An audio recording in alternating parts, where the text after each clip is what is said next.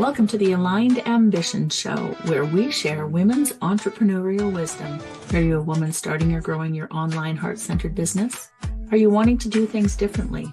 Do you feel icky about using manipulative marketing tactics and are ready to align your business with your ethics, values, and life goals? If this sounds like you, then stick around for this conversation. We're the dreamers, the believers, breaking through the mold, building up our visions with a purpose brave and bold. All right, well, welcome. Hopefully, we're not going to have the glitches we just had. I'm not sure how the intro played for you, but here it was all glitchy. So welcome everyone to the Aligned Ambition Show. I'm Larissa Russell, your host, and today I have with me Rosalind Cardinal. So Roz is a solution and results-oriented facilitator with expertise spanning strategic planning, leadership development, organizational culture, and change management. And in 2016, Roz felt compelled to look deeply at the differences in the leadership styles of men and women. And I'm super interested in this. The result was the Women's Leadership Archetype Model, now being used worldwide by women to discover how they can better leverage their natural strengths to lead with purpose, authenticity, and integrity. So welcome, Roz. Thank you. Lovely to be here. Well, I'm so glad to have you. And like I said, I'm super interested in that. But before we jump into that, can you tell us a little bit about yourself and what was the catalyst for you to start your business or need to do something different? It's look, I'll take you back to, I suppose, early career. So I started my career back in, I think it was 1987 or 86. So it's been a while. Sorry, excuse me a moment. And I started in the Commonwealth Public Service here in Australia, so federal, what you'd call your federal public service, and worked my way up to a relatively senior level over time. I switched to what here in Australia is called the government business enterprise, which runs like a business but is owned by the government, so the electricity company. Mm-hmm. And worked to a senior level. I really loved my work. I was working in what's called organisational development, so that's sort of strategy, culture, executive coaching, those sorts of things. And I can't say at that stage there was anything bothering me. It was a great job. Pay was great. I loved the work. I enjoyed the people. And then in 2010, I had a diagnosis of breast cancer. And it's one of those life-changing moments for people when you have a really serious illness like that, because it knocks you for a six. I couldn't work, so I basically had 6 months off work for recovery. The treatment is fairly brutal, and I'm not going to go into the details of it because it's all a bit icky. But it gave me the opportunity to really reflect. And one of the key things that came out was I remember the doctor telling me, "I'm so sorry you have cancer." And in that moment, you do get that sort of near-death experience, your life flashes before your eyes. And it was this I just had this incredible sense of regret of all the things that I wanted to do that I wasn't going to get to do. Because of course, when someone says that, your first thought is, that's it, I'm going to die. Mm-hmm. And so I had all of these regrets, I sort of thought about, but we never went to go on great holidays and I haven't done all the things I wanted to do. And is this going to be, was last Christmas just gone, my last Christmas with my children? So there was a lot of things that came up in that moment. And as I worked through the recovery process, I obviously had a lot of time to really think about it. And it really got me to sort of reflect on that, the idea that people get to their deathbed and they've got all these regrets, all the things they wish they'd done. And so I resolved then that I was going to do all of those things that I wished I'd done. And so one of those things was traveling more. So my husband and I wanted to go overseas, but we sort of, it was always at the wrong time. The kids were at the wrong stage in school. It was too expensive, all of those kinds of ththings. And so one of the things we did was we started traveling and we started an annual trip to the US. So stopped during COVID, obviously, but we're doing an annual trip to the US and it was lovely. It was that sort of sense of just freedom of getting out, taking 6 weeks off work and just going out and doing our own thing. And the other thing was starting my business, because even though I loved what I was doing, I always felt like there was more value I could add. And we were in an organisation of around about 1,200 people, which isn't huge. It's big for the state that I live in, but it's not a big organisation by any stretch of the imagination. And I always felt like there's more value I could be adding. And so part of that was really thinking about, well, what does that look like? And that looked like starting my own business. So in 2012, I quit and started my business and didn't look back. So that was really the big catalyst for me, was a life-threatening illness. And I think that happens for a lot of people that go through that experience. it often does take something major like that, doesn't it, for us to knock us out of our comfort zone. That's exactly what it was, comfort zone. Yeah, and we want something different. We want to show up differently. We want to do something different, but we're comfortable here and we know this. We don't know what that could be about. And so yeah, it often takes something major like that. Mm. And I want to jump forward. I think so many people have been touched by cancer, and it being a, breast cancer especially being a typically women's issue, and knowing what I know about disease, and my family is riddled with breast cancer. I decided to stop it with me. That's a whole other conversation. Um, the energy that we put into things makes us sick, right? When we're not being true to ourselves, I believe. The authenticity, and we're not doing what we're meant to be doing. And so, when we do things, have you found that your health has been better since you've moved into your own business, doing your own thing? The cancer, I did have a second diagnosis of cancer. That was skin cancer. It's one of the things that goes with being Australian. Mhm. We live in the sun. I think, 2 out of every 3 Australians get skin cancer. It wasn't anything drastic. It was just a BCC, so they just cut it out. But yeah, look, back then, when I sort of think about it, I said I was in my comfort zone, but when I reflect on then and now, I was stressed, I was tired, I was sick. I had chronic fatigue for 5 years. There was a lot of things that sort of went on in my life. And I do firmly believe that even though cancer sort of genetically runs in my family, I do believe that that was what led particularly to the early diagnosis. I was only 42, which is really early for cancer. Mm-hmm. And certainly that sort of sense of, so it wasn't even, I was going to say surviving, not thriving, but that's not true because it was just comfortable. Mm-hmm. It was stressful, but it was a comfortable stress. It was that kind of thing where I came home on a Friday night and be like, oh my God, pour a glass of wine. It wasn't ever a sort of rip my hair out stress, but it was just that constant level of, Mm-hmm. I think it was dysfunction. It was because I wasn't really doing what I was being called to do. And Yeah. then since then, it's been this, running your own business is freedom. You've got the freedom to do what you want. You can turn down clients if you don't want to work with them. You can pick up jobs that you want to do. You can take 6 weeks or 8 weeks off if you want to, all of those kinds of things. So it's given me that sort of freedom and the ease. And there's certainly a very, very different energy about having your own business. Yeah. And I know, because I talk to a lot of women who are in the first 2 years typically of their business, and they're stressed and they're not making the money that they want. And, they're trying to do all the things. What would you recommend to them? I know what the things are, right? But what would you recommend to them, that having been in business as long as you have? Look, I had a different experience starting my business from a lot of people because I started, how I did it was I took 6 months to leave my job. So once I'd made the decision, because I was a senior manager, I had a 6-month notice period. So I had to work that 6-month notice period. They wouldn't let me go any earlier, which actually worked out to be a really good thing because I set up all my business systems. I, did all the things in the background that needed to be done. I started telling everybody in my circles that I was leaving and the date I was going. And because I was well networked, is one of those things where lots of people that I spoke to said, oh, that's fantastic. When you finish, we'd really love you to come and start, do a job for us here or there. So I walked into almost like a built business already. Like I had clients from day one. So it was a very different experience for me. But one of the things that I found have really worked for me, and this is what I will generally tell everybody to do, is that it's all run on connections and relationships. Talk to people, get out, find out what's going on for them, find out their pain points, find out, what's happening for them so you can solve it. A lot of people go into business with that sort of build it and they will come mentality. Mm-hmm. And for me, it's never been about that. It's get out there, build the relationships, find out what people want, and then give that to them. Mm-hmm. So it's, relationship building, and also trust the process because that process works. Yeah. Yeah. And it's so, relationships are such a big part. And I think especially for women, right?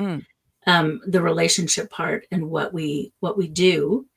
And so I think, as we're expanding our business, if we go inward and we kind of, retreat because we're struggling with all the things, and, it can be really hard to actually build the business if we're not out there talking to the people. So I do agree with you. That's a really important part. I mean, you Yeah. can get your first client without a website. I mean, people think they need a shiny website and they need to have all the things and they need business cards and they need all of that. If you've got no clients, that's not going to help you. You know, I've seen lots of people in my industry, you know, say get made redundant from their job and they get an office in the CBD, they hire an EA, like a, you know, receptionist to sit at the front desk. They get themselves a leased car, so they're paying a lease fee on a Mercedes or something like that. And within 6 months, they disappear again because they've run out of money. Mm-hmm. You know, I've never had an office. I work here at home. We live upstairs, work downstairs. And, you know, not having an office in the CBD has never held me back. You know, whenever I need to see clients, I just, you know, go in, park my car, meet them at their office. So it's one of those things where you've got to be, you know, your business has got to be fit for the kind of work you're going to do, obviously. Sorry. Excuse me. I've got 18, the twins are just about to turn 2, my daughter's twins, and I mind them on Thursday, so I'm actually going to go and see them after this, and they have always got a cold going, so I've spent the last 2 years constantly having they bring home every bug in the known universe and they, you know, sneeze into your face, and so I've got a bit of a tickle. So what I was going to say is that sort of fit for your audience, but, you know, some people need an office, but if you can get away without those big expenses, try and minimize your expenses at the beginning until you've got a reasonable cash flow coming in. Yes. Yeah, absolutely. And if you know, I started off the side of my desk, but then I was so afraid to jump out, and then, you know, restructuring, and I got ousted. And it was like, oh yeah, I needed that kick in the pants to do that, because I probably would have done it off the side of my desk for a long, long time. Yeah. So sometimes, you know, the universe does have your back there and will help you out. So I want to talk a little bit about this women's leadership archetypes model. Mm-hmm. Like, I'm fascinated by that, because archetypes, we're actually working on archetypes in our Mindful Connections right now on Carolyn Miss's archetypes. Mm-hmm. And so when I read that, I was like, oh, that's really interesting. So can you tell us a little bit about that? So that started back in 2016. And what happened then was I was coming off the back of doing a big program for a peak body here in Tasmania. It's called Engineers Australia. It's an Australia-wide peak body, but I was doing the work for the Tasmanian branch. And we were doing a big piece around women in engineering. And my daughter was actually part of that program because she's an engineer. And what became, you know, it was just interesting what came out of it, all the conversations with the women and with the senior men in organisations about the, you know, why women engineers were not succeeding. You know, they're getting to a certain level. What they were finding in the industry is they get to about 25 to 35, they exit the industry and they never come back, because they go off to have babies, basically, and they feel that engineering as a profession isn't compatible with raising families. And the profession wanted to address that. So this sort of got me into this sort of thing about the challenges that I was hearing from those young women were the same challenges that I had when I started work, and nothing had changed in a generation for women in the workplace. It was coupled with coaching senior women and hearing women say things like, you know, I've got to the point where I'm the level below the executive and I'm looking at it and I just don't want to be there. I'm looking at the way they behave, the expectations, the toxic behavior, all of those things that go with it. I actually don't want to do that role. And so I'm still ambitious. I want to do something, but I don't know what that something is. I just know it's not upwards. Mm-hmm. And so I started really thinking about, you know, what's going wrong for women? Why is it that organizations are almost like ejecting women when they get to a certain step on the career ladder? And I just put a call out on, you know, just some people I knew on LinkedIn via private message, and just sort of said, look, I'm thinking about this women in leadership thing. I'd like to have a chat. I've got a few questions I want to ask people. And people started sharing it with their connections. And we ended up with 538 women from around the world who became part of a big focus group for me. Wow. And that was really fascinating because I got interviews, I did focus groups, they answered questionnaires and so on. And I really wanted to get to the heart of, you know, what women's leadership was really all about. You know, if you take away the pressure of that, you know, I need to behave like a man in order to be successful, because that's the paradigm that exists in the modern workplace. What does women's leadership really look like? And so it took me on a discovery journey where I went back to things like, you know, what was work like before the Industrial Revolution?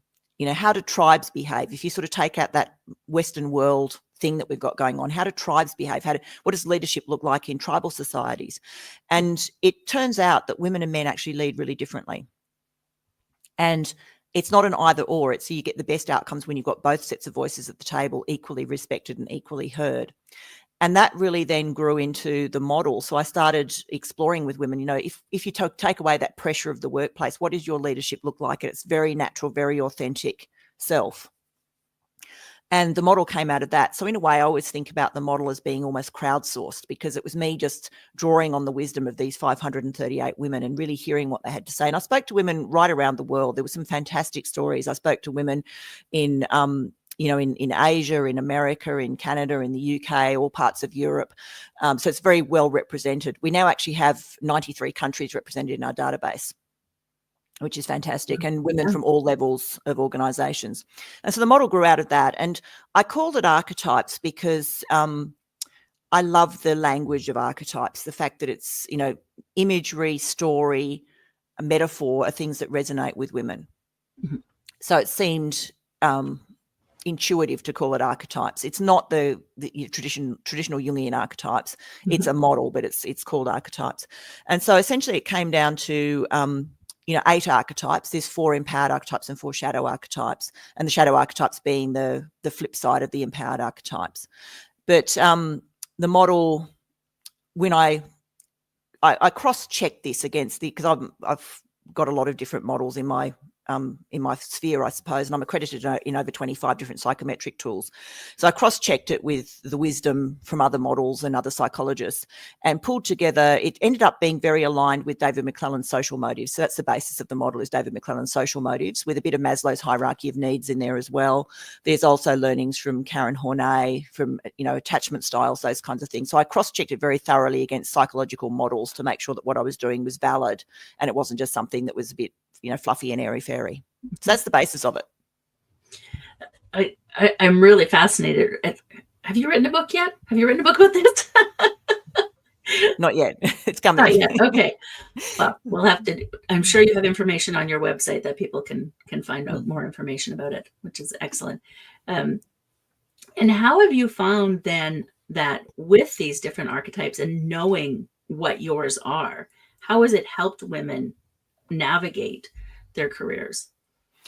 We've had some really amazing stories. So just as an example, I'll talk about some of my clients. So I had a client, the very first client that I really showed the model to.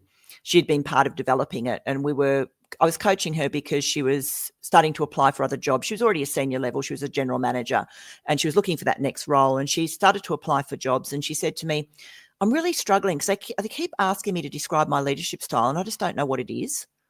She said, I'm really struggling to find the words to articulate my style. And I said, hold that thought, Vicky. And I said, remember the model that I talked to her about it ages ago, and she'd been part of that group. And she said, yeah. And I said, look, let's go back to that. I actually want you to do the assessment, because that was I'd finalised the assessment tool. And she was the very first client who went through the assessment. And when we did the assessment and she came out as a warrior, she read the descriptor and just went, wow, that's me. She said, now I've got the words. I can use this in my LinkedIn bio. I can use it on my applications. I can talk about this in the interviews, but this absolutely describes who I am and what my leadership looks like. And it's given me the words to talk about it. And she went on to become, she's had a very successful career. I had another woman who came to me for exit coaching. She was in an organisation. She was the only woman on the executive team. And she said to me, there's a really distinctive A team and a B team on the exec, and I'm the bottom of the B team. She was the people and culture manager, and she said, look, nobody listens to me. They override me. Everybody thinks they're an expert in people and culture, so they don't take my advice anyway. And she said, I just want to quit. I want out of here. So she came to me for this sort of, how do I get out of the organisation? And sorry, excuse me again. I'm going to blame the kids again. And so we started working on this exit plan, but as part of that, she did the assessment, and she came out as being a tribe builder, but she was actually operating in the shadow side of that, which was the martyr.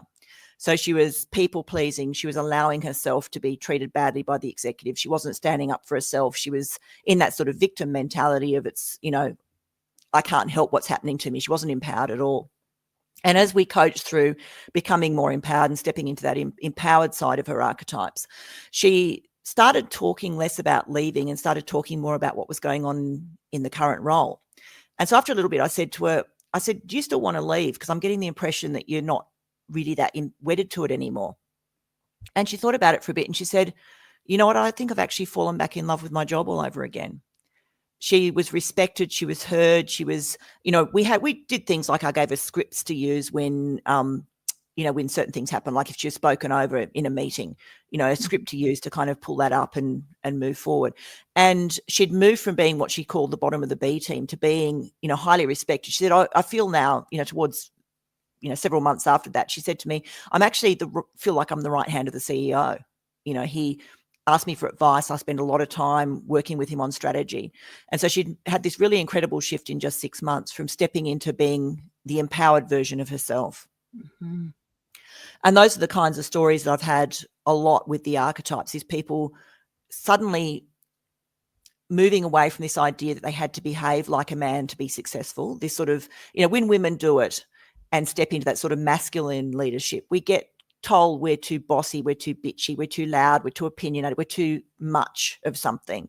Mm-hmm. But when women do it through that sort of lovely step into that empowered feminine leadership style, they're respected, they're heard, they're listened to, they have influence, but without that sort of feeling that they have to be pushy all the time in order to get what they want. Yes. That's it right there. Yep. Stop trying to be something you're not, especially in this very patriarchal, masculine world that we live in. If we can embrace the feminine, we can just go so much further. I love that. Well, before we wrap up, any final thoughts that we maybe haven't covered today that you want to make sure you get in there? Look, I think it's for women, the key learning from all of this for me and from working with all of these women, and we've had more than 10,000 women take the assessment now, is it's that wonderfully freeing experience of realizing that you don't have to fit into a model or a mold that isn't designed for you. Mm-hmm. Men and women lead very differently. It's very different styles. Like I said, when women try and do the masculine style, it comes across as too abrasive. And so they get told that, they do get to the top, but then there's this incredible toll. They're stressed, they're burnt out, it has a toll on their relationships, on their health and so on. And when I look back on my working life before I started my business, that was the state I was in. Mm-hmm. I just didn't know it. But it's just the wonderfully freeing, and it's like it's almost like a, I can't really describe it, but it just comes naturally. It's just this feeling of when you step into your empowered archetypes, the way that you should be leading, it's effortless, it's graceful, it's really just this sense of this is what we're supposed to be doing. And women who start doing it go, I didn't realize it was going to be this easy. Yeah. It just comes naturally. I love that. I absolutely love that. And now, can they find the quiz on your website?